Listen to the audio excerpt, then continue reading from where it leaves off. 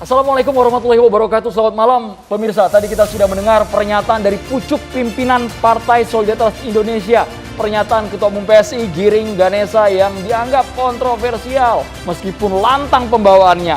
Mbak vokalis band, dulu vokalis band, sekarang udah nggak lagi ya. Tapi kalau nyanyi masih merdu loh Maria. Nah itu dia. Banyak juga yang bilang udah nyanyi aja lah gitu kan.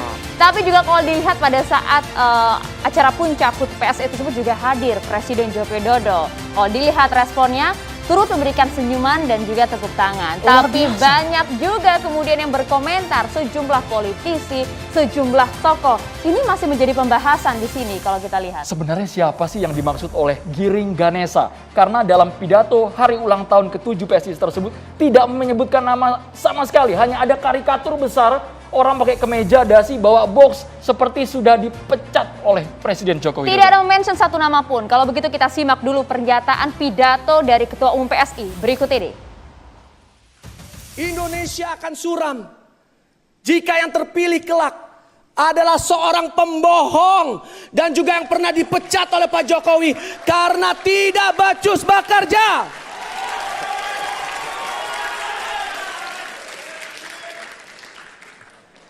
PSI ingin menarik garis tegas, Pak.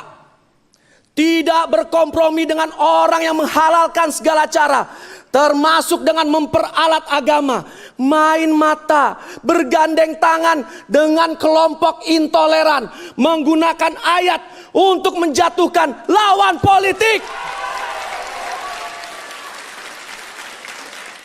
Cukup lantang sekali. Agak berdebar. Kalau saya mungkin datang ke sana atmosfernya beda. Karena seorang Giring Niji yang dalam hal bernyanyi merdu, tapi kalau untuk mengkritisi juga tajam juga. Sekarang sudah bukan Giring Niji lagi, Giring Ketua Umum PSI yang berbeda, jangan sampai salah. Ini pucuk pimpinan PSI. Tapi kalau dilihat itu tadi tidak menyebutkan satu nama pun, hanya terlihat gambar karikatur, kemudian dengan tulisan dipecat. Tapi kalau kita amati jejak digital dari PSI.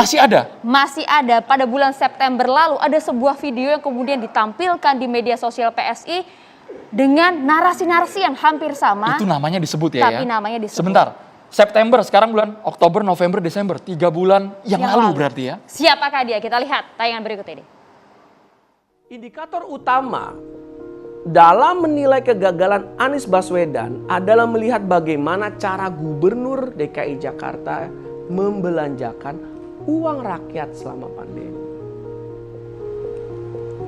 APBD Jakarta yang begitu besar, dia belanjakan untuk kepentingan ego pribadinya untuk maju sebagai presiden 2024. Dia mengabaikan tekanan rakyat yang meminta dia membatalkan rencana balapan mobil Formula E dan mengeluarkan 1 triliun uang rakyat untuk acara tidak berguna itu.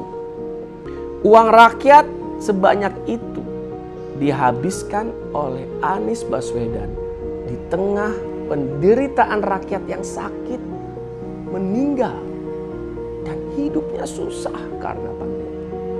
Pura-pura peduli adalah kebohongan Anies Baswedan di tengah pandemi dan penderitaan orang banyak. Rekam jejak pembohong ini harus kita ingat sebagai bahan pertimbangan saat pemilihan nanti di 2024.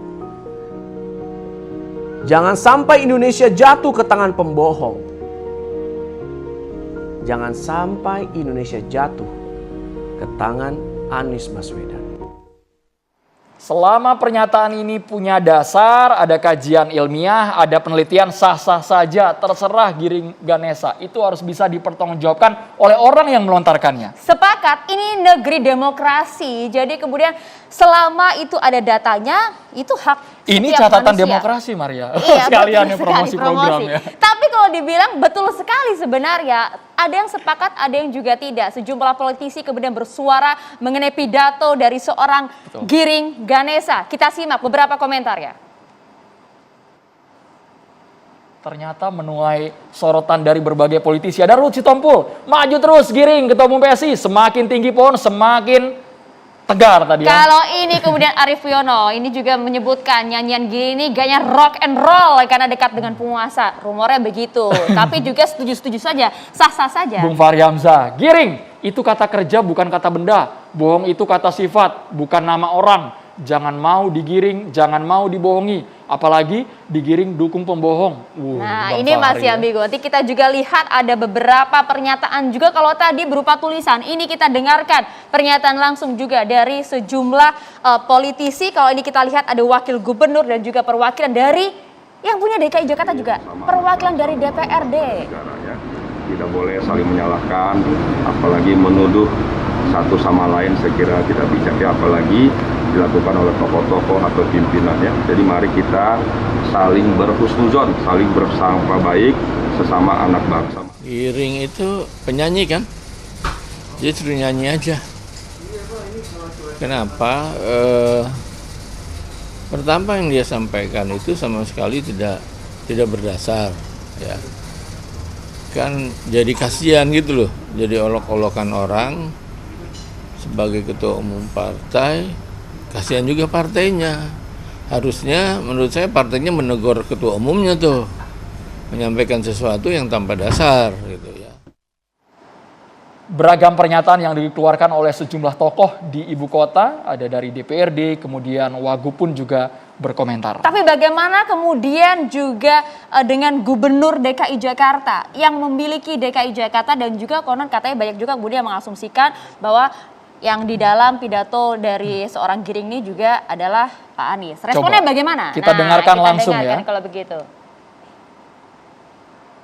Kerja setengah mati, udah nonstop, masih juga dinyinyirin. Saya bilang begini kalau soal itu. Ya Allah, saya ini siapa sih? Cuman Anies. Apa sih apa Anies itu? Anies itu orang biasa. Jangankan Anies. Rasulullah SAW yang akhlak mulia, yang uswatun hasanah, itu saja dinyinyirin terus, mandi fitnah, nggak pernah selesai. Terus kita berharap tidak seperti begitu, enggak lah, relax saja. Jadi saya sering bilang nggak usah khawatir dengan apa yang ditulis di sosmed, tapi pikirkan apa yang ditulis para sejarawan nanti dan pikirkan apa yang nanti kita pertanggungjawabkan di hadapan Allah. Nah, kalau kemudian salah satu nama yang kemudian diasumsikan dalam pidato tersebut saja, fine-fine saja, tidak masalah. Jadi rakyat kemudian jangan membuat gejolak juga kalau begitu. Rakyat jangan ikut-ikutan baper. Karena sesungguhnya pejabat publik, politisi itu harus siap untuk dikritisi. Kami akan membahasnya malam hari ini dengan judul Manuver Giring di Depan Jokowi. Ada Mas Arya Bima, politisi PDI Perjuangan. Selamat malam Mas Arya Bima. Kemudian ini langsung sahabatnya Giring Ganesa kami hadirkan, Mas Andi Budiman, juru bicara PSI. Selamat malam Mas Andi. Bang Effendi Ghazali dari sudut tengah akan mendamaikan kita semua sepertinya ya, Bang Effendi Ghazali ya. Yang Selamat malam. memberikan kesejukan nanti malam kita harapkan.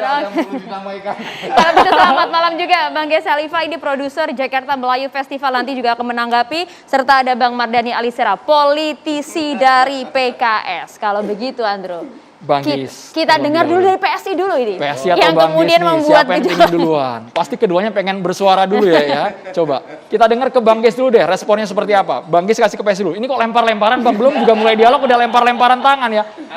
Mas Andi Budiman. Kita berikan suara dan juga waktu ke Mas Andi, silakan. Agar penjelasannya lengkap nih Mas. Supaya penjelasan lengkap ya. Boleh maskernya Mas agar suaranya jelas? Buka masker nggak apa-apa? Oke. Maaf. Yang pertama, kita melihat ada sejumlah respon ya di masyarakat terkait dengan apa yang disampaikan oleh Ketua Umum PSI, Bro Giring Ganesa. Ada pihak yang marah-marah, ada pihak yang keberatan, ada yang nyinyir dan lain sebagainya.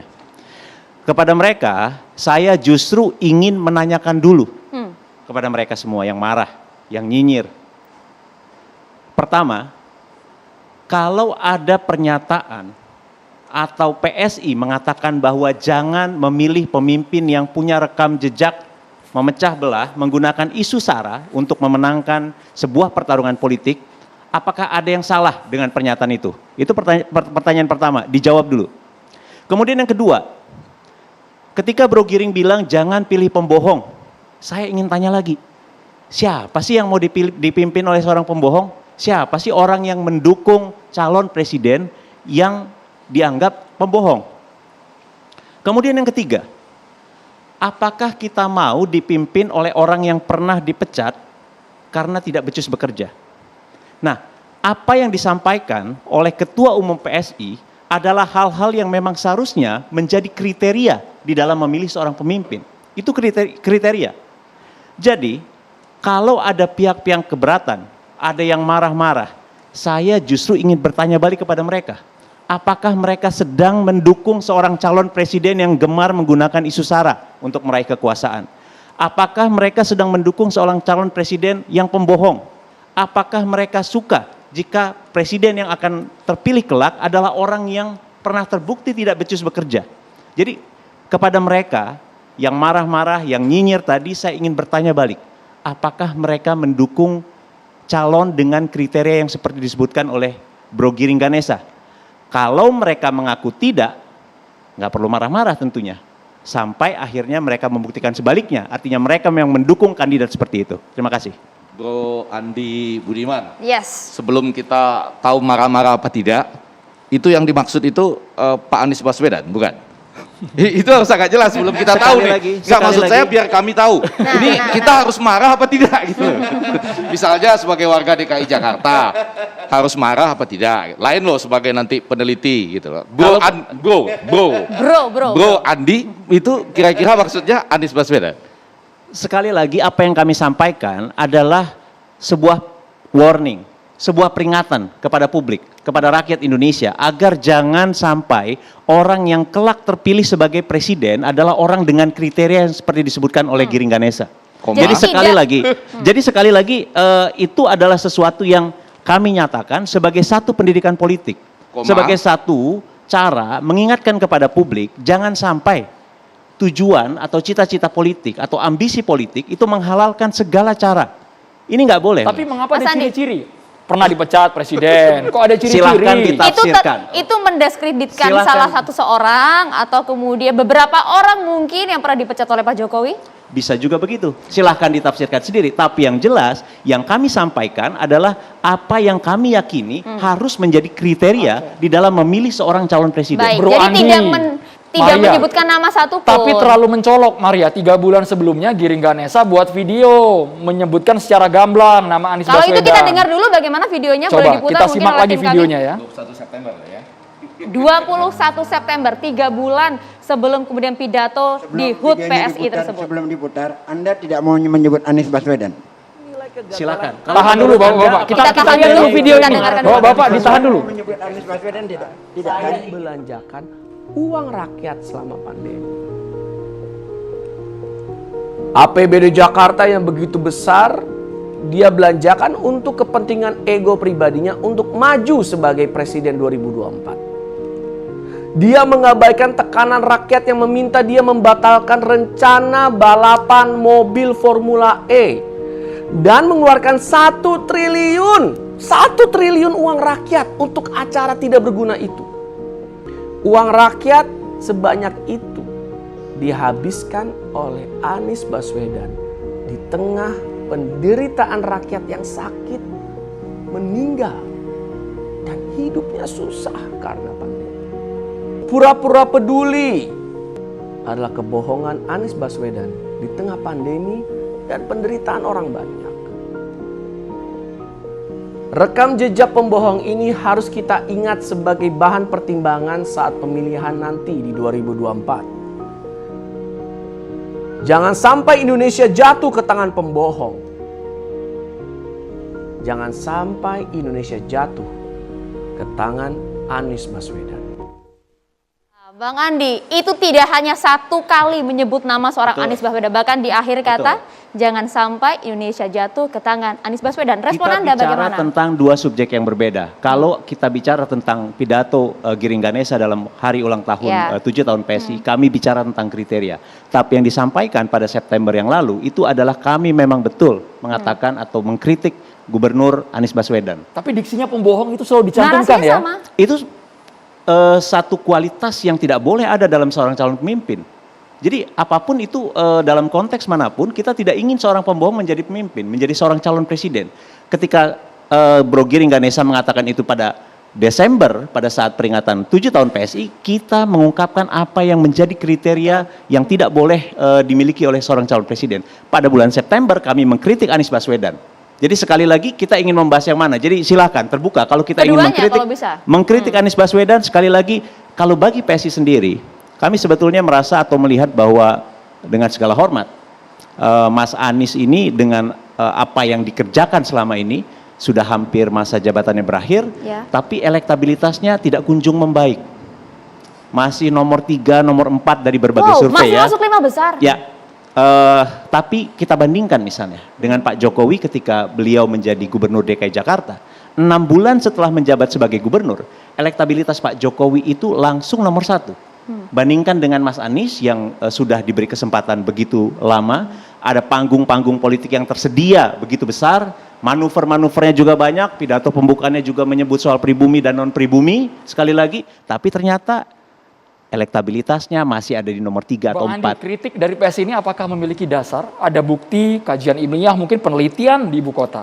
Atau Jelas hanya sekali. bluff aja? Jelas sekali, apa yang kami kerjakan ini bukan hanya pernyataan. Kalian bisa cek apa yang kami kerjakan ini melalui apa yang kami sampaikan, yang kami kritik, yang kami nyatakan dalam pernyataan fraksi kami di DKI Jakarta.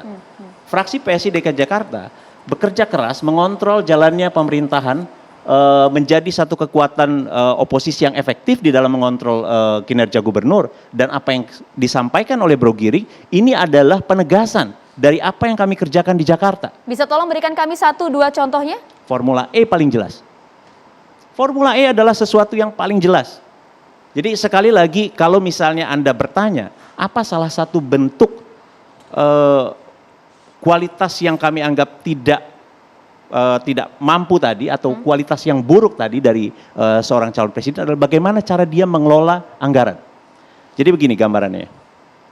Desember 2019, Gubernur Anies Baswedan menolak untuk mengucurkan dana sebesar 160 miliar rupiah untuk membebaskan lahan dalam konteks upaya untuk menanggulangi banjir. Alasannya nggak ada uang. Beberapa bulan sebelumnya, Gubernur baru saja menggelontorkan dana 360 miliar rupiah untuk komitmen fee Formula E.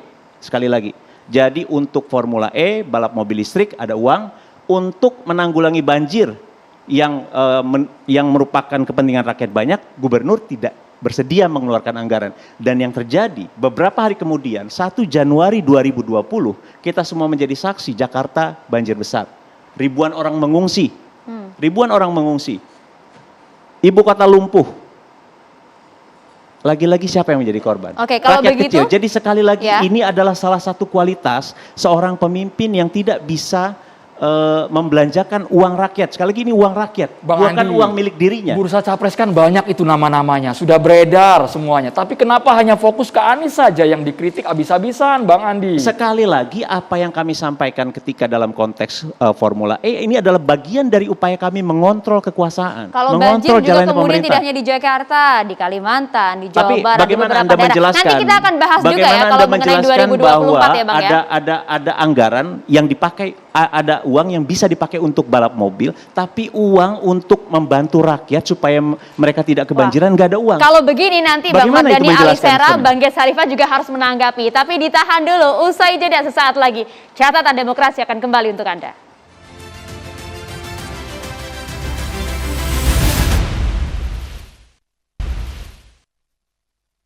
Indonesia akan suram jika yang terpilih kelak adalah seorang pembohong dan juga yang pernah dipecat oleh Pak Jokowi karena tidak becus bekerja. Pura-pura peduli adalah kebohongan Anies Baswedan di tengah pandemi dan penderitaan orang banyak. Ya Allah, saya ini siapa sih? Cuman Anies, Rasulullah SAW yang akhlak mulia, yang uswatun hasanah, itu saja dinyinyirin terus.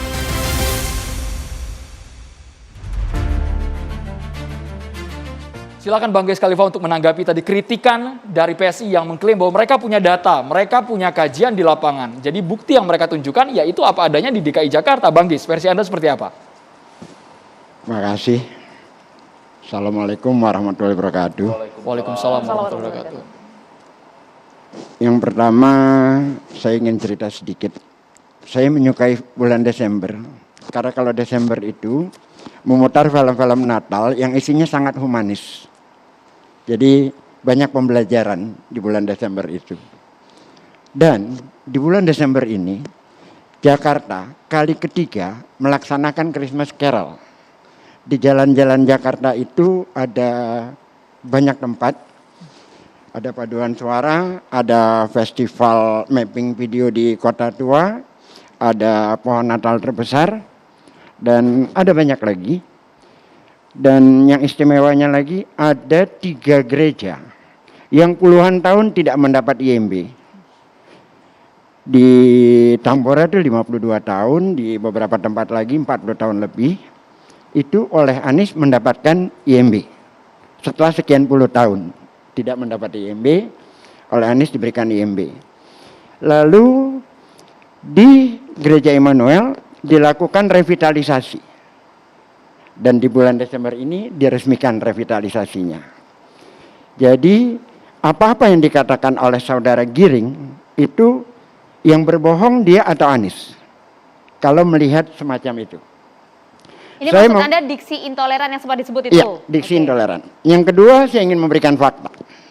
Tentang dari 2018, kan nanti katanya dikatakan bahwa menjelang dia habis, IMB dikeluarkan. Ini datanya, data Dikmental. Dari tahun 2018 sampai 2021, IMB di Jakarta untuk rumah ibadah yang terbanyak adalah untuk gereja, jumlahnya 21 plus 3 tadi menjadi 24 gereja. Berapa IMB untuk masjid? Jumlahnya 11 yang dikeluarkan. Jadi secara faktual datanya valid, ini data Dikmental. Lantas yang intoleran siapa? Kalau kita bicara tentang intoleransi. Terus tiba-tiba di tengah suasana Natal yang sangat kondusif, warga Jakarta menikmati Natal dengan sangat bahagia, datang seorang Giring berpidato dengan sangat kasar, menyatakan pembohong, hampir isinya ujaran kebencian yang tidak berbicara tentang Indonesia ke depan. Apakah ini pendidikan politik yang sehat dalam konteks itu? Lalu saya ingin memperlihatkan siapakah Anies, siapakah Giring. Untuk sebagai faktual aja. Datanya valid ini Bang ya? Iya, Anies Baswedan sebelum menjadi pejabat publik, masih dia bukan jadi gubernur, bukan jadi menteri. 7 penghargaan internasional bergengsi dia dapatkan. Tentunya nggak harus saya sebutkan ya. 7 penghargaan bergengsi Anies dapatkan. Ada datanya. Siapakah Giring? Giring adalah orang yang mendapatkan rekor muri karena 2 kali DO di universitas yang sama. Wah, tapi jangan personal juga dong, Bang Gis. Saya ingin menanggapi boleh pada poin ini? Tentu kita tidak mendasarkan satu orang, Bang. Saya tidak menyebut Anda pada saat Anda bicara, saya tidak motong. Saya bicara aja dulu. Tahan aja. Sebentar ya, Mas ini adalah data perbandingan faktual antara 2 orang. Gitu kan? Ini faktanya gitu. Lalu kalau kita bicara ke persoalan pilkada DKI Jakarta, bahwa Anies terlibat dalam persoalan sentimen agama. Saya ingin bercerita saja. Sentimen keagamaan itu bermula dari 2015 akhir dan 2016 awal. Pada konteks itu Anies masih jadi menteri. Tidak ada kaitannya dengan persoalan pilkada. Ada beberapa pihak yang tidak setuju Ahok jadi gubernur karena Pak Jokowi jadi presiden. Saat itu saya masih menjadi pendukung kerasnya Ahok. Data digitalnya masih ada. Saya berhenti menjadi pendukungnya dia setelah dia menyatakan seorang perempuan ibu maling. Itu saya berhenti sudah di situ. Tapi sebelumnya saya adalah pendukung kerasnya beliau. Lalu dari pihak sebelahnya apa yang dikatakan? Lebih baik kafir tapi tidak koruptor daripada muslim tapi koruptor. Ada jejak digitalnya. Lantas ada lagi pernyataan kami muslim, kami dukung Ahok. Jadi siapa yang membawa persoalan-persoalan agama dalam konteks itu? Nah, saya kasih bukti tentang bagaimana Anies tidak terlibat.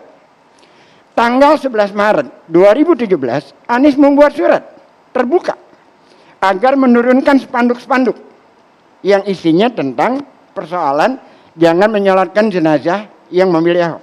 Anies menyolat, kalau ada yang melakukan itu, saya akan datang, saya akan sholatkan. Ada isi suratnya, jelas di sini, terbuka dan bisa dibaca, jejak digitalnya jelas. Nah kalau Anies masih mau dilibatkan semacam itu, saya pikir itu adalah branding politik yang ingin dilekatkan kepada Anies. Tentu saja seorang Anies Baswedan tidak seperti itu. Saya mau kasih satu contoh sebagai cerita. Siapa dia? Pada saat dia menjadi rektor Paramadina, dia menginisiasi program Indonesia Mengajar. Lantas pulanglah pengajar muda dari sebuah daerah bercerita kepada Anies, Pak Anies, di tempat saya mengajar seluruhnya adalah Muslim. Tidak ada orang non-Muslim di situ. Maka sebaiknya dikirimlah guru pengajar muda ke sana yang bukan Muslim. Apa yang dilakukan Anies? Dia kirim orang yang bukan Muslim ke daerah itu. Jejak digitalnya ada, bisa dilihat di YouTube. Di program Indonesia Mengajar itu. Apa yang terjadi? Setiap minggu masyarakat di situ mengantar pengajar muda ini ke kota terdekat yang ada gereja. Setiap minggu. Laporannya ada. Kalau orang seperti Anies diperlakukan seperti ini, saya kira ini aneh bin ajaib. Karena memang secara latar belakang dia nggak ada problem-problem intoleran segala macam, nggak ada. Jejak digitalnya ada, buktinya akurat. Gitu. Nah, silakan Anda membantah saya. Itu deretan bukti nyata ya. Pertama saya ingin mengklarifikasi apa yang disebut oleh Geis tadi bahwa Bro Giring Ganesa itu drop out ya. Saya ceritakan, ketika kuliah, Bro Giring itu ada di persimpangan jalan antara melanjutkan kuliah atau melanjutkan passion dia sebagai seorang musisi, dan dia memilih jalur atau memilih menjadi musisi. Dan jangan lupa, pilihan itu adalah sebuah pilihan yang tepat karena Bro Giring kemudian menjadi salah satu musisi paling nomor papan atas di Indonesia. Jadi sekali lagi, jangan remehkan pilihan orang, pilihan anak muda ketika mereka ingin memilih apa yang menjadi passion mereka. Menjadi musisi itu adalah sesuatu yang mulia, yang terhormat, bukan sesuatu yang mudah. Jangan lupa juga, Bro Giring Ganesa adalah orang yang memajukan, yang memulai dan memajukan e-sport di Indonesia. Dia adalah presiden e-sport Premier League di Indonesia.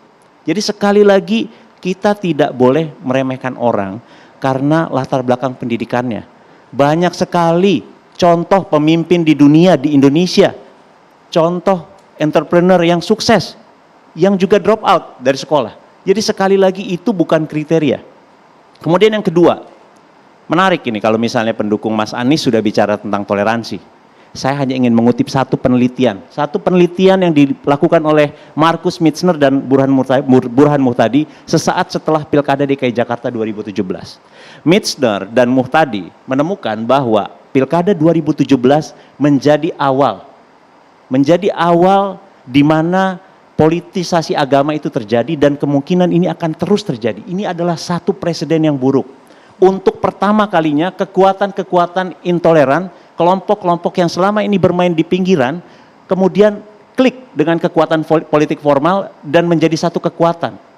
Dan memenangkan pilkada dengan dalam agak berbeda ini Bang ya. Ini data, silakan Anda baca penelitian Markus Mitzner. Ada keterlibatan dari seorang Anies Baswedan. Salah seorang Indonesianis yang paling dihormati dari Australia dan kemudian juga Burhan Muhtadi. Jadi Anda bisa baca penelitian itu. Jadi kalau dibilang keterlibatan Aniesnya di mana? Kalau tidak ada politisasi agama atau bahkan kelompok-kelompok yang menang Pilkada 2017 tidak menikmati politisasi agama, harusnya sejak awal mengambil posisi yang jelas, tidak bergandengan tangan, tidak datang ke markas FPI subuh-subuh misalnya. Jadi tidak usah dibantah, ini fakta jelas sekali. Jadi sekali lagi ini justru membuktikan tesis bahwa kenapa pidato Bro Giring itu relevan untuk mengingatkan kepada publik bahwa inilah jadinya kalau kita gampang melupakan.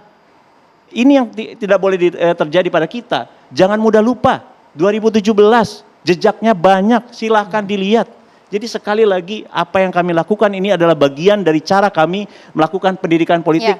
Jangan sampai ada kekuatan yang memecah belah bangsa yang kemudian akan menggunakan isu agama, jangan sampai mereka terpilih menjadi presiden. Ya, sebentar.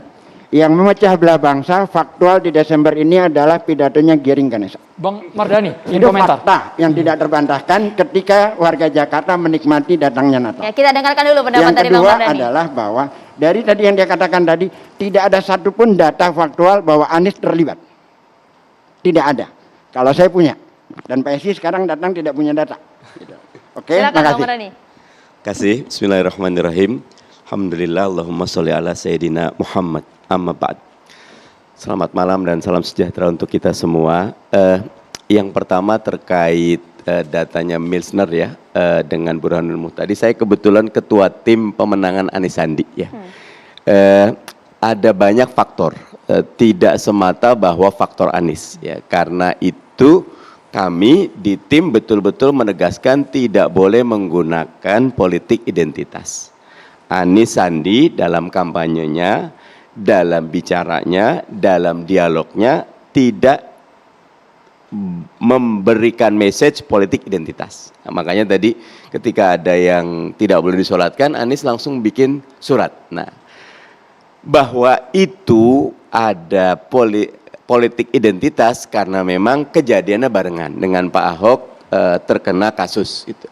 Dan bahkan 2014 sebelumnya ketika Pak Prabowo dengan Pak Jokowi, jadi kaitannya ada. Jadi untuk kasus Pilkada DKI kita masih punya ruang tafsir yang bisa berbeda. Jujur dong, ya. Pak Mardhani jujur dong. Dosa loh kalau nggak jujur loh. 2017 jejaknya banyak sekali. Monggo ditampilkan. Ada keterlibatan di sana dari seorang Anies Baswedan? Kita dengan EPI bekerja sama, tapi kita tidak kontrol EPI dan saat itu EPI adalah organisasi yang terdaftar resmi di Kemendagri. Kerjasamanya dalam bentuk apa tim pemenangan Anies Baswedan dalam pilkada? Mereka tidak dengan masuk FPI. ke dalam tim, tapi mereka bilang mereka minta brosur, kita kasih. Mereka minta spanduk, kita kasih. Mereka minta bahan, kita kasih. Habis itu terserah mereka. Masing-masing sama, nanti kalau dilihat teman-teman belasan juga punya banyak, demikian kita ada 243 relawan. Kita berikan clue secara umum, inilah yang harus dijalankan. Jadi tidak bisa menisbatkan. Kembali dulu kepada topik utama menurut saya yang disampaikan Mas Giring dan teman-teman bukan contoh yang baik. Bagaimana membangun politik yang berbasis kepada moral, intelektual, dan hubungan sinergi antar anak bangsa. Meskipun ini negeri demokrasi dan tadi disampaikan berdasarkan data yang valid. Boleh, tetapi ketika kata pembohong, kata tidak becus, kata intoleran disampaikan berulang-ulang, maka itu message yang dikemukakan yang negatif. Kami, PKS ataupun banyak pihak selalu kita kontestasi karya dan gagasan. Tapi di sana ada presiden, Bang Mardhani. Presiden pun tidak komplain akan hal itu. Iya, karena itu forum resmi. Beliau kan nggak bisa angkat tangan, komen. Kalau menurut saya Pak Jokowi berusaha untuk santun, ada yang berusaha joking, beliau tersenyum. Nah, tapi kalau ada pernyataan langsung Pak Jokowi mendukung, nah kita bisa mengkomentari. Nah, saya tidak ingin membawa Pak Jokowi karena saya kepada Pak Jokowi sangat keras, ganti presiden macam-macam. Tapi saya tidak pernah mengatakan Pak Jokowi pembohong. Bahwa ada catatan-catatan dari Pak Prabowo, saya sampaikan. Pak Jokowi punya target 7%, tapi 5% juga tidak tercapai. Pak Jokowi ada datanya. Tapi kata-kata itu sangat mempengaruhi iklim politik. Bahwa di beberapa pernyataan Bro Giring mengatakan what's wrong untuk popularitas. Buat saya salah. Mengangkat popularitas dengan mengangkat isu negatif, apalagi karakter assassination gitu. Karena kalau kita yang kami inginkan seperti AFF kemarin, Indonesia lawan Singapura atau X Factor, ayo semuanya kontestasi yang terbaik, suara yang diberikan bukan suara sumbang, apalagi suara fitnah, apalagi suara karakter assassination, tapi yang disampaikan adalah ini loh Indonesia ke depan. Menurut Bang Mardhani itu pidatonya sumbang secara materi, substansinya. Saya tidak melihat secara umum, tapi apa yang disampaikan dalam kerangka yang tadi ditayangkan itu bukan pidato ketua umum yang baik, yang membawa optimisme, yang membawa harapan, yang membawa inspirasi, yang membawa masa depan. Tapi jadi malah turun kelas PSI-nya. Sebagai partai baru, harusnya partai berbasis nilai, partai berbasis intelektual, berbasis knowledge, kan milenial nih. Seperti apa sih Indonesia masa depan yang kami inginkan? Bro Andi, nanti lihat ketika Giring menyatakan maju presiden, lihat detik. Saya dukung Giring, siapapun parpol ketua umum yang mau jadi capres, bagus dan baik, dan umumkan sejak awal. Habis itu sampaikan, ini loh visi saya, ini loh misi saya, ini loh harapan saya, ini loh target saya, inilah roadmap saya. Bukan malah membunuh, atau malah kalau kayak gini buat saya Mas Anies dapat iklan gratis gitu. Kalau dalam pandangan kami, justru kami ini sedang menjalankan satu bentuk politik yang didasarkan pada nilai-nilai, pada prinsip. Jadi jangan sampai sopan santun, basa-basi itu menghilangkan substansi bahwa memang ada seorang kandidat yang menggunakan isu agama untuk menang.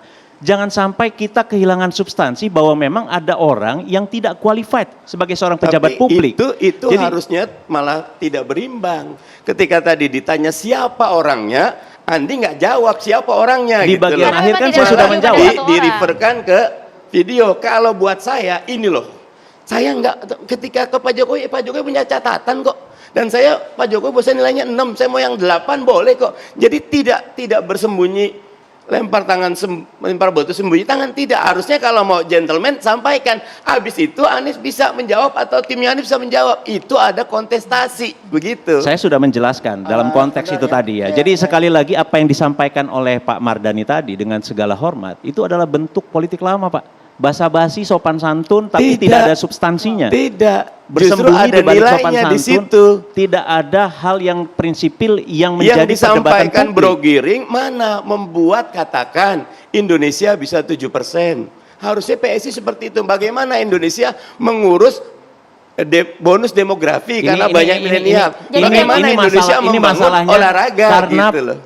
Pak Mardhani tidak mendengar secara penuh pidato Bro Giring ketika dia menyebut mengenai potensi Indonesia tentang potensi anak muda. Yang disampaikan oleh Bro Giring dalam konteks ini bahwa kemajuan Indonesia dengan potensi anak muda yang begitu besar, dengan kita yang semakin dekat dengan menjadi negara yang sukses ini akan terancam kalau orang yang terpilih kelak menggantikan Pak Jokowi adalah orang yang menggunakan isu sara, Tapi itu semua orang yang jadi tidak rusak kompeten. dengan kata-kata yang tidak patut diucapkan. Kalau Ini bukan berbicara mengenai masalah kata-kata, basa-basi gitu. Bang Mardhani, kalau berbicara mengenai kata-kata, layaknya yang harus berbicara adalah pakar komunikasi politik. Kita tahan dulu, nanti juga bersama ada Bang Arya Bima yang akan mengomentari juga. Sesaat lagi ya, usai jeda, tetaplah bersama kami.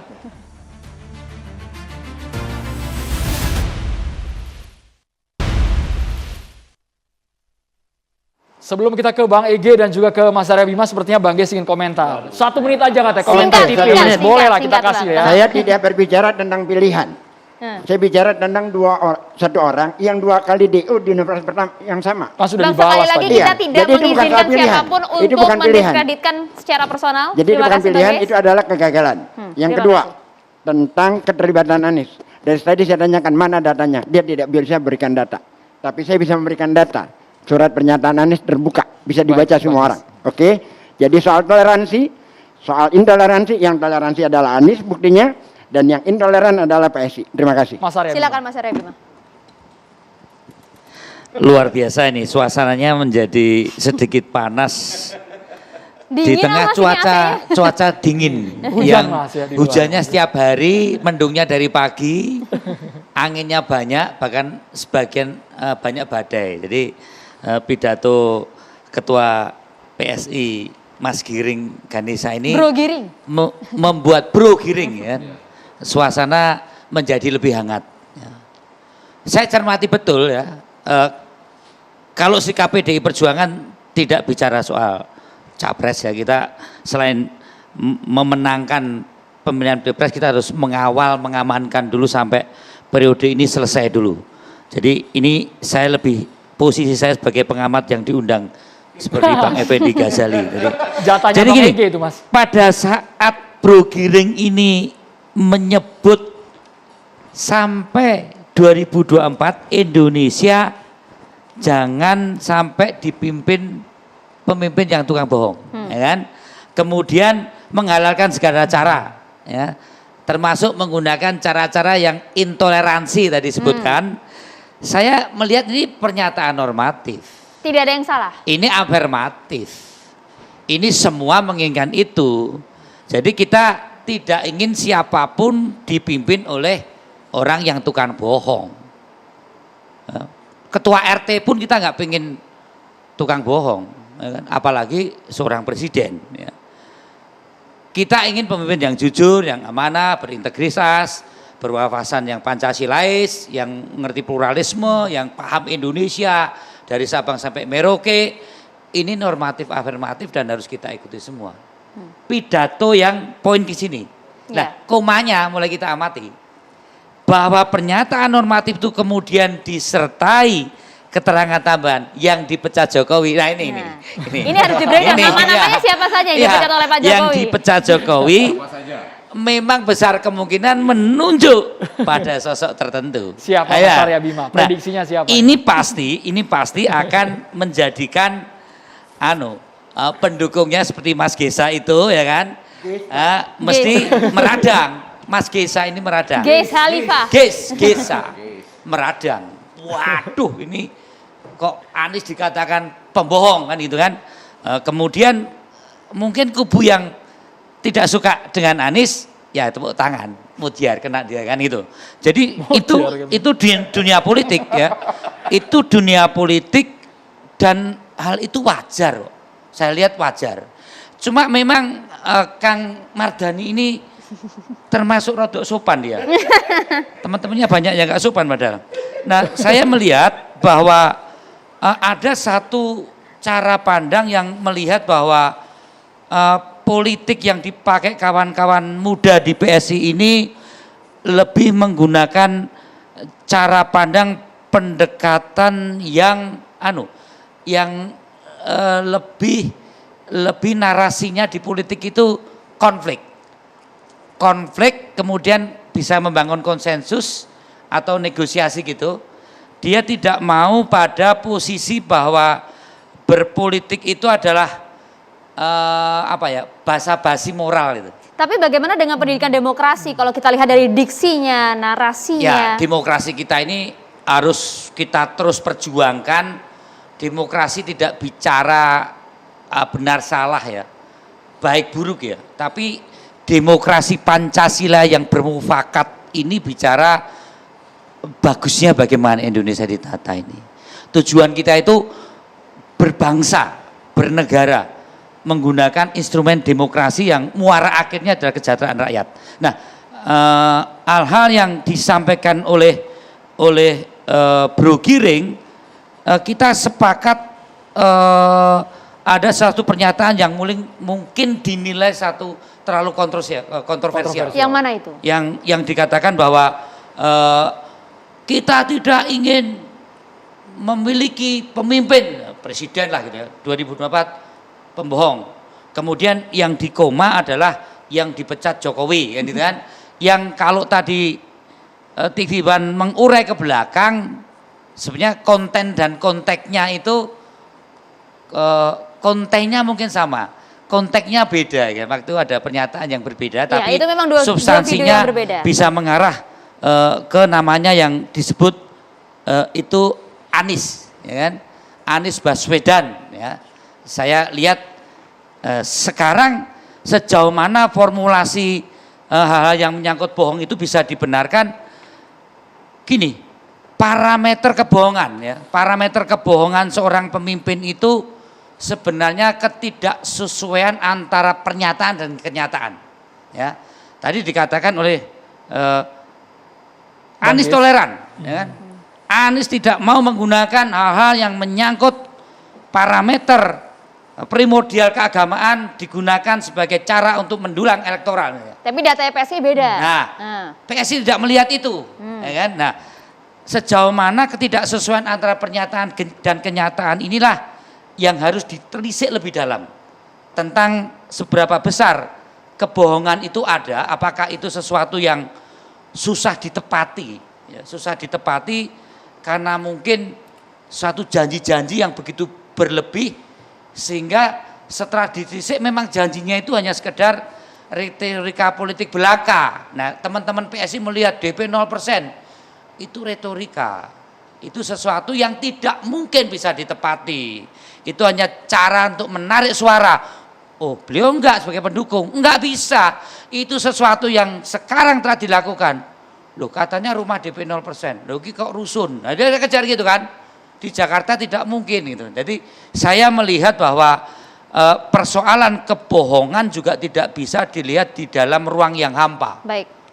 Itu ada ruang-ruang yang harus ditelisik dan menurut saya untuk saling menjatuhkan di dalam kontestasi ini itu selama dalam koridor etika dan hukum, cara-cara bukan basa-basi moral seperti PSI yang sekarang dia mengandung branding itu, ini kan mau jualan, PSI kan juga mau jualan dua, selain Bro Giring yang mau jadi presiden, partainya. PSI ini apa brandingnya? Jadi baik atau benar pidato kemarin jelang Pilpres ini? Saya tidak bicara benar salah, tapi itu yang diambil positioning sebagai produk pengamat juga kan tadi katanya kan Bang. Ya. Nah, jadi gimana Bang? Tapi gini, saya melihat itu masih ingoan Giring. Gitu. Tapi narasi tadi sumbang, Mas Arya, kata Bang Mardhani. Saya tidak melihat itu bisa dimaknai sebagai suatu pernyataan ketua umum yang menyampaikan suatu kata kebohongan itu dengan berbagai data yang bisa meyakinkan publik dan bisa ditindaklanjuti.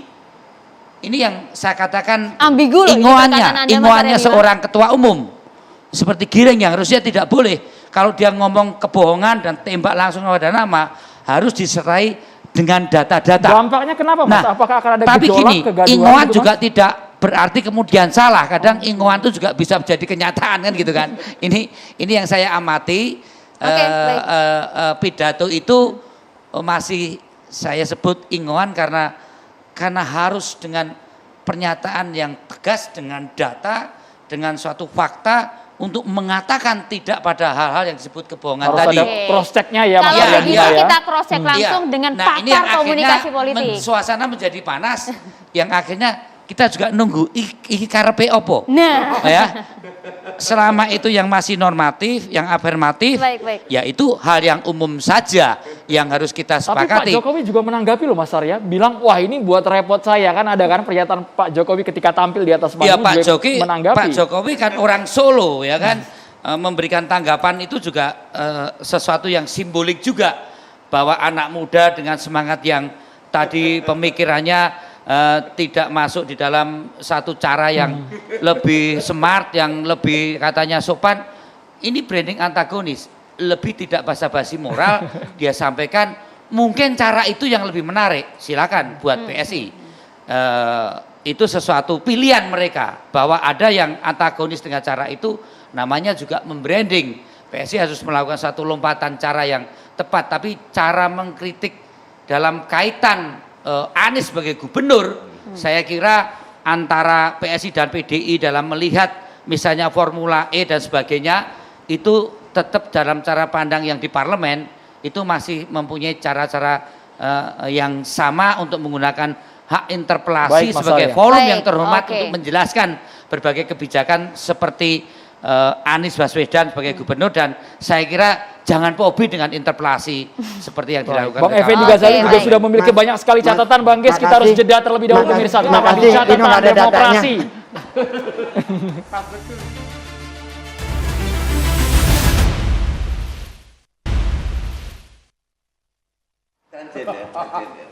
Sebelum kita ke Bang EG, Bang, kami memiliki sejumlah paket yang memang menjadi sorotan di pekan ini, apalagi kalau berbicara mengenai sepak bola. Sekarang kan kita lagi euforia Piala AFF 2020, tapi ternyata di tanah air ada saja ulah yang memang tidak patut untuk dicontoh. Betul sekali, salah satunya juga salah satu wasit di final Liga 3 Sulawesi Selatan di Kabupaten Nrekang ini juga kemudian diserang. Ada beberapa pemain di sana, kalau tidak salah ada 6 pemain yang kemudian menjadi tersangka pengeroyokan wasit di final Liga 3 Sulawesi Selatan. Informasinya ancaman hukumnya 6 tahun, Andro. Seharusnya kalau sudah di lapangan hijau harus sportif, jangan malah wasit yang kena bogem mentah. Bukan hanya di Sulawesi ternyata, ada juga final Liga 3 DIY. Pemain dan official Sleman United yang pukuli wasit disanksi 3 tahun. Sangat disayangkan, padahal sepak bola ini adalah olahraga yang mempersatukan. Tapi kalau kejadian seperti ini tidak patut sama sekali untuk kita contoh. Iya, dan saat ini juga sudah ditangani oleh pihak kepolisian juga. Jadi bukan untuk dicontoh dan tidak dibenarkan dengan alasan apapun begitu ya.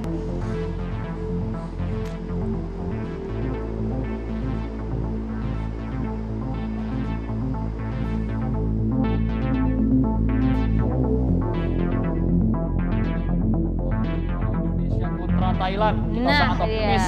Semoga besok, Bang. Besok malam, Bang. Semoga Indonesia bisa mengalahkan Thailand dengan skor tipis, juga sangat kita dukung, Bang. Skor telak kalau perlu, Bang. Kali ini masuk finalnya. Ada lagi satu cuplikan lagi, ada yang yang sangat menarik, tapi besok kita simpan dulu Maria ya. Bang Effendi Ghazali, silakan Bang. Nanti kita jadi ngobrol bola Bang, nggak akan kelar-kelar kalau ngobrol bola Bang. Tapi malah pas ini cuplikan ini mengantarkan saya pada kata PSI dan PSSI. Wah, dua-duanya lagi panas di bulan Desember. Gitu ya. Dan tepat ada giring yang menggiring. Nah, bola juga digiring-giring kan. Bola Bang, bisa pas. Nanti Bang, ya? tinggal Bro Andi harus mengatur strateginya ketika orang menggiring gitu. Akibatnya apa? Ada 2 jubir, ya kan? Ada beberapa lah ya. Bro Andi, ada Bro Aryo Bimo yang bukan Aryo Bimo ini, dan lain-lain. Tapi maksud saya, Coach Effendi Ghazali. ya malah saya membayangkan apakah yang dilakukan oleh Bro Giring itu sampai seperti gaya Asnawi yang dalam tanda petik seperti tidak pas untuk menyatakan pada Faris Ramli itu yang gagal penalti itu. Kita nggak tahu persis apa kalimatnya. Pemain Singapura. Iya, pemain Singapura. Apakah sampai ke sana atau hanya pada iya kan, maksud saya nggak guna itu Asnawi datang terus.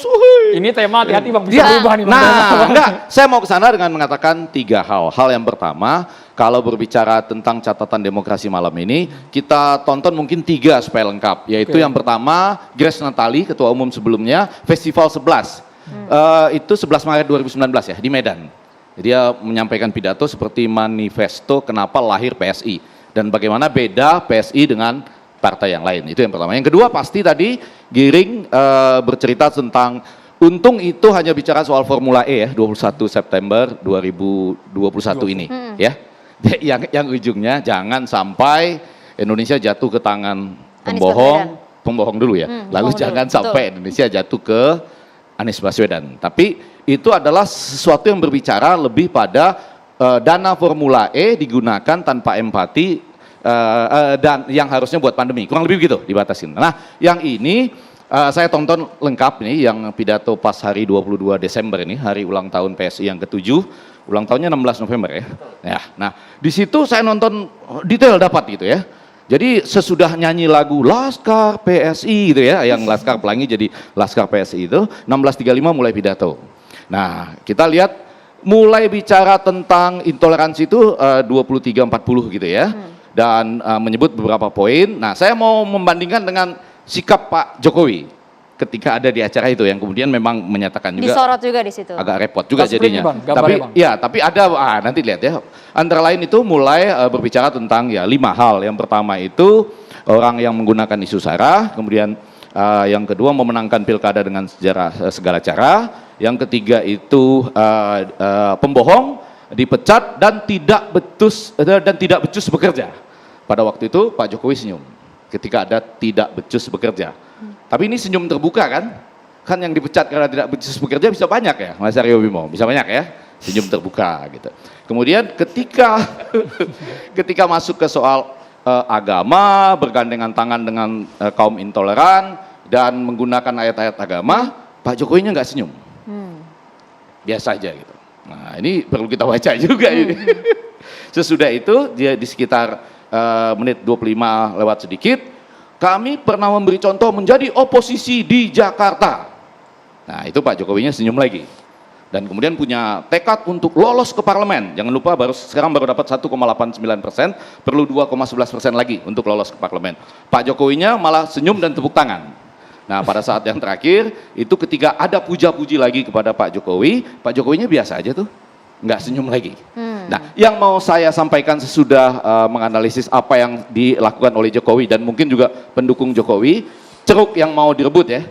Ini kan kalau pendukungnya Pak Mardhani nggak terlalu direbut lah ya gitu ya. Ini kan ceruk yang mau direbut ini pendukungnya Pak Jokowi nih gitu ya. Nah, dengan cepat saya mau mengatakan kata-kata bohong ini bukan pertama kali dalam politik Indonesia, baik secara simbol maupun langsung. Secara simbol dulu ada kebo yang dinamakan Shibuya kalau nggak salah ya, kurang lebih artinya pembohong. Dan saya ikut terlibat bersama teman-teman civil society dulu, Bang dari Bima, itu kami dulu membuat 9 kebohongan lama, 9 kebohongan baru, dan 9 calon kebohongan Bapak Presiden SBY dulu.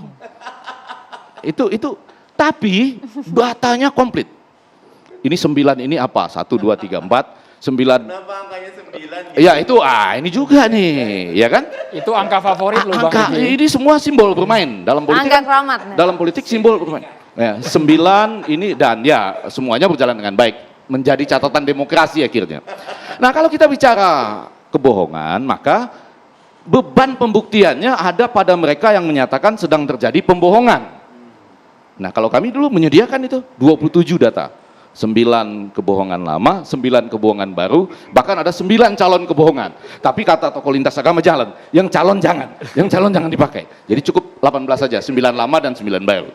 Nah coba kita lihat ya, kalau kita mau terbuka nih, menarik Maria dan Andrew, apakah Pak Jokowi pernah dituduh bohong apa enggak? Pernah waktu misalnya begini ya, ketika Bapak jadi gubernur DKI, Bapak nanti mau meninggalkan gubernur ini, terus maju ke presiden atau enggak? Jawabannya apa? Bukan nggak mau loh, nggak mikir.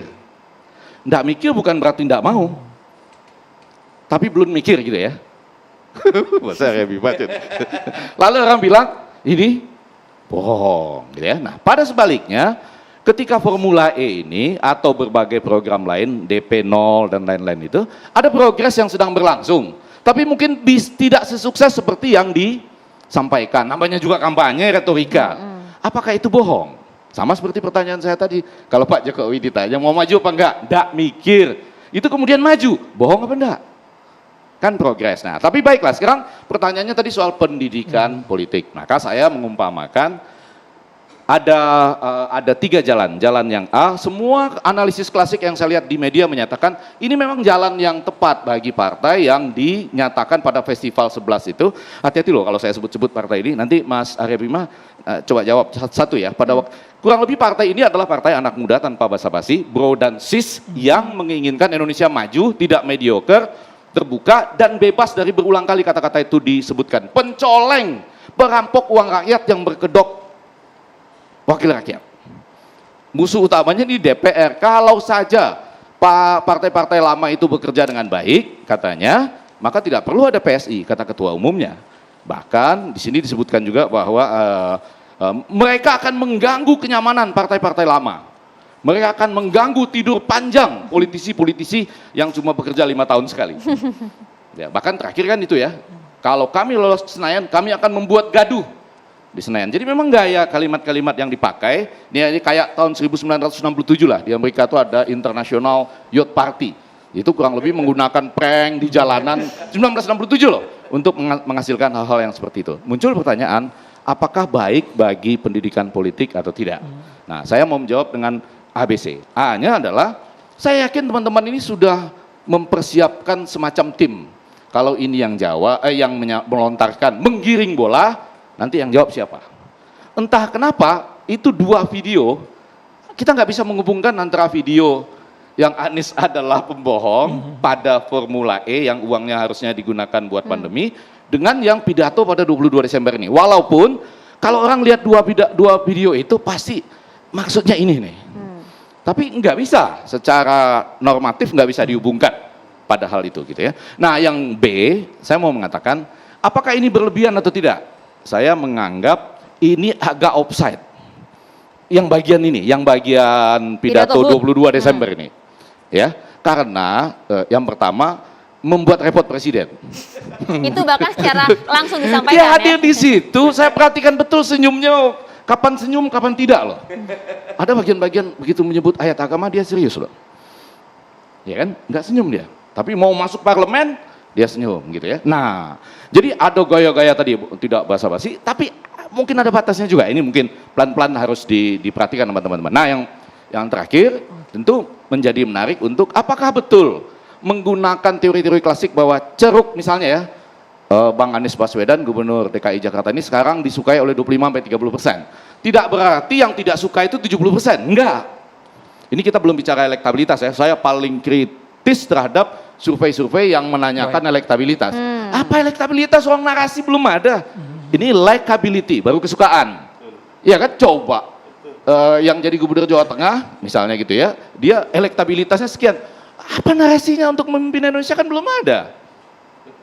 Prabowo memimpin Indonesia dengan narasi yang mana? Yang sebelumnya misalnya. Atau Erick Thohir atau siapapun lah gitu ya, belum. Jadi suka atau tidak suka. Ya, walaupun pertanyaannya kalau pemilu dilaksanakan hari ini Baik, Bang mau Ege. pilih yang mana? Nah, maksud saya begini, tidak berarti 70% tidak menyukai Anies. Bisa jadi mereka sudah suka pada yang lain. Jadi memang ceruk ini potensial karena yang dibutuhkan oleh teman-teman PSI cuma 2,11% untuk sampai ke DPR. Nah, tapi hati-hati dengan ceruk ini ya. Misalnya saya bergembira bahwa Pak Anies Baswedan sedang ingin menunjukkan dia adalah pemimpin pada level tertentu. Saya nggak mau memuji siapapun, tapi saya ingin mengatakan dia pemimpin pada level tertentu.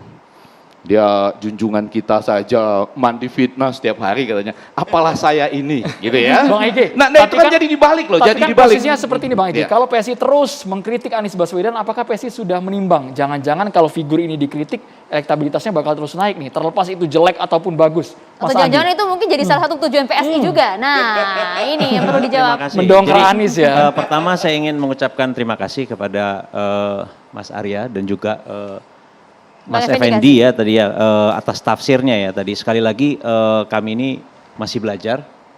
Kami hanya mencoba jujur, hanya mencoba bicara apa adanya. Mungkin itu gaya anak muda ya. Jadi terus terang nggak ada basa-basi.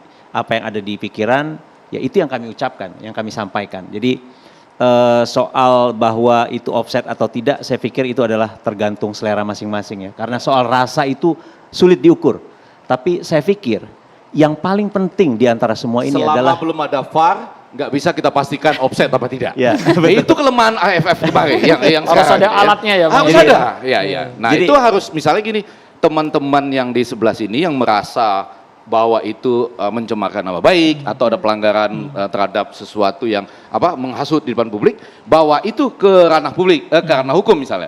Tetapi kalau mau dijawab dengan gaya yang menunjukkan pada level tertentu juga nggak apa-apa. Ya, Mas itu, Andi. hak- Oke, jadi itu hak singkat, masing-masing. singkat. Jadi sekali lagi kami hanya berpikir bahwa dalam situasi seperti sekarang justru kejujuran itu adalah sesuatu yang berharga, bukan? Iya.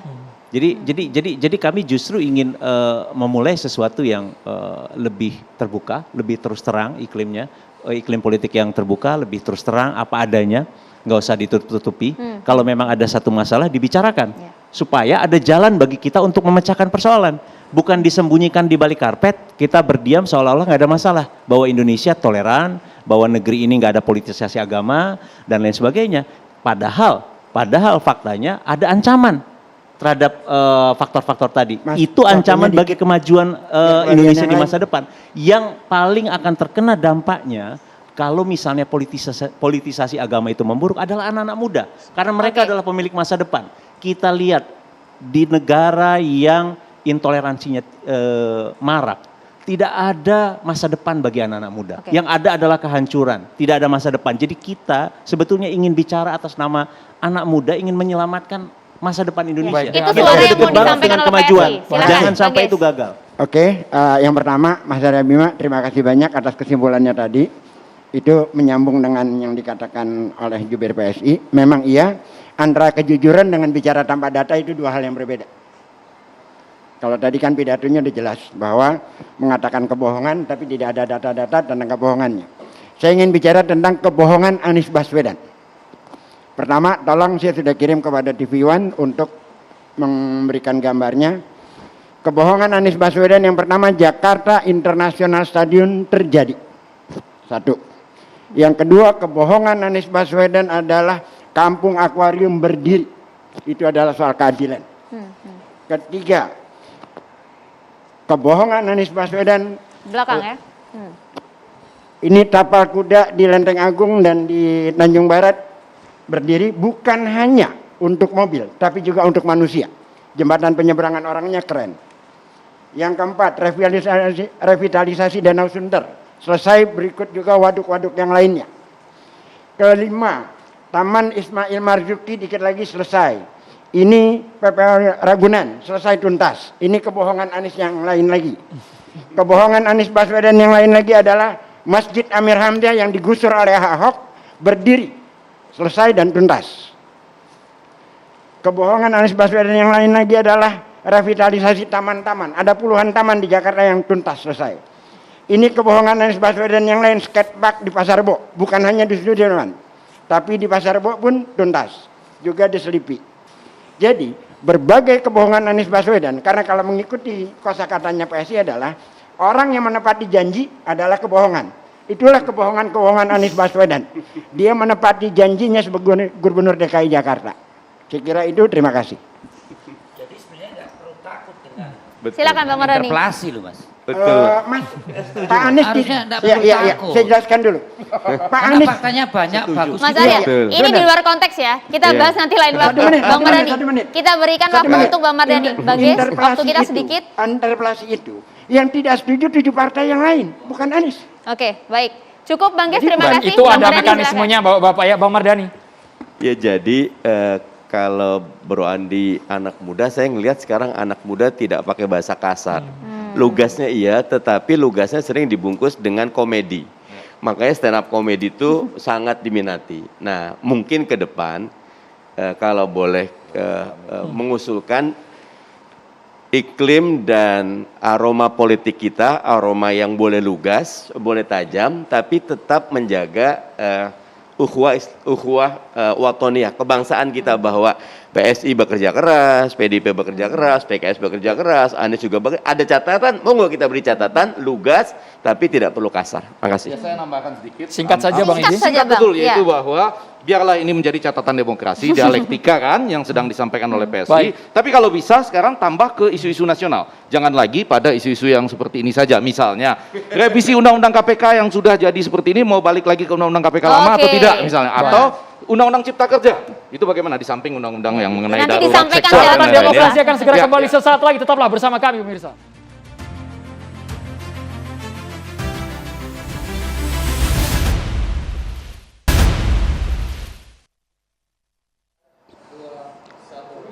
Kami sudah kehadiran Habib Nabil Al-Musawa. Silakan Habib. Baik. Bismillahirrahmanirrahim. Assalamualaikum warahmatullahi wabarakatuh. Salam sejahtera ya buat kita sekalian. Kalau tadi menyimak para politisi bicara, Masya Allah ya luar biasa ya. Sehingga kita mungkin yang mendengarkan bingung ini bagaimana sebenarnya. Tapi saya hanya ingin menyampaikan kalau di dalam Islam seperti apa ya. Bapak Ibu sekalian hadirin wal hadirat ya, para pemirsa yang dimuliakan Allah, kalau kita melihat ya di dalam syariat Islam itu yang namanya kepemimpinan, jabatan, status, pekerjaan itu adalah amanah ya. Allah Subhanahu wa taala menyatakan ya bahwa yang namanya amanah itu adalah sesuatu yang paling berat yang dipertanggungjawabkan nanti di akhirat ya. Dalam salah satu ayat Allah menyatakan inna aradna al-amanah 'ala as-samawati wal ard wal jibal fa abaina an yahmilnaha wa ashfaqna minha wa hamalha al-insan innahu kana zaluman jahula. Kata Allah Subhanahu wa taala, sesungguhnya kami sudah menawarkan amanah ini ya kepada siapa? Kepada seluruh langit, as-samawat ya, wal ard juga kepada bumi, ya, wal jibal kepada gunung-gunung. Fa abaina an yahmilnaha. Mereka semua menolak. Ya, wa asyfaqna minha, karena takut nanti nggak mampu mengemban amanah ini. Ya, wa hamalahal insan, lalu kemudian diterimalah amanah yang begitu berat yang ditolak oleh seluruhnya ini oleh manusia. Innahu kana zaluman jahula. Sebagian besar yang diberikan amanah itu menjadi orang yang zalim, jadi orang yang bodoh. Ya. Kenapa dikatakan zalim dan bodoh? Karena sangat sedikit yang mampu mengemban amanah. Ya. Para pemirsa yang dimuliakan Allah, ketika kita menunjuk seseorang, maka 1 jari kepada orang itu, 3 jari kepada diri kita sendiri. Jadi siapapun kita, posisi apapun kita, kalau kita seorang pemimpin dari presiden sampai ketua RT, itu nanti akan ditanya sama Allah Subhanahu wa taala, ini apa jadi korup atau enggak? Apa amanah apa enggak? Ya. Kita politisi, kita boleh bicara A sampai Z, nanti ditanya sama Allah, apakah kita amanah atau tidak? Dan seterusnya, apapun yang kita lakukan, pengusaha nggak ditanya nanti multinasional dikasih karpet merah di akhirat, tidak ya. Pedagang sayur keliling lalu kemudian disingkirkan, tidak. Nanti akan ditanya siapa yang melaksanakan amanah. Nah, maka dalam keadaan seperti ini, siapapun kita, kita pemimpin, kita politisi, kita guru, kita ustadz, kita bisnismen, yuk kita tunaikan amanah sesuai dengan yang memberikan amanah. Ingat ya bahwa amanah itu dalam bahasa Arab al-wafa wal wadi'ah. Dia adalah beban dan dia adalah titipan ya. Karena dia adalah beban, dia adalah titipan, nanti akan dikembalikan kepada yang memberikan ya.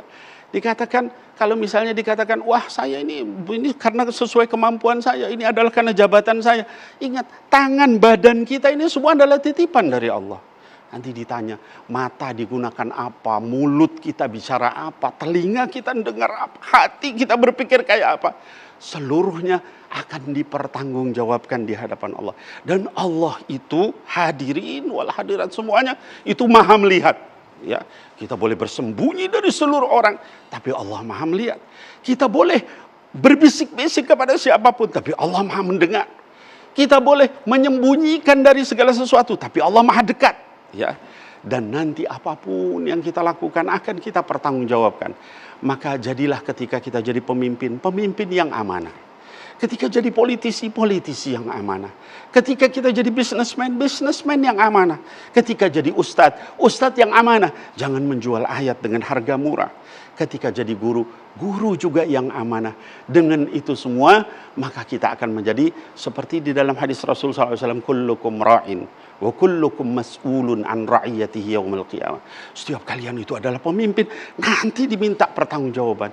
Hatta sampai seorang suami nanti ditanya bagaimana keluarganya, istri bagaimana keluarganya, bahkan kemudian pembantu ditanya apa yang sudah dia lakukan di rumah dari majikannya. Nah, maka dengan itu semua mudah-mudahan nanti suasana politik kita, suasana pemerintahan kita dan seluruhnya berada di dalam keadaan yang aman, damai dan adil serta jujur. Amin ya Allah ya Rabbal Alamin. Assalamualaikum warahmatullahi wabarakatuh. Waalaikumsalam warahmatullahi wabarakatuh. Terima kasih banyak Habib Nabil Al-Musawa, Mas Arya Bima, Mas Andi Budiman, Bang Effendi Ghazali. Terima kasih juga Bang Ges, Bang Mardhani Alisera, terima kasih. Terima kasih juga kepada Anda pemirsa sudah menyaksikan kami Catatan Demokrasi. Kita berjumpa lagi di Catatan Demokrasi minggu depan. Saya Maria Segaf. Dan saya Andromeda Mercury. Terima kasih, selamat malam, sampai jumpa.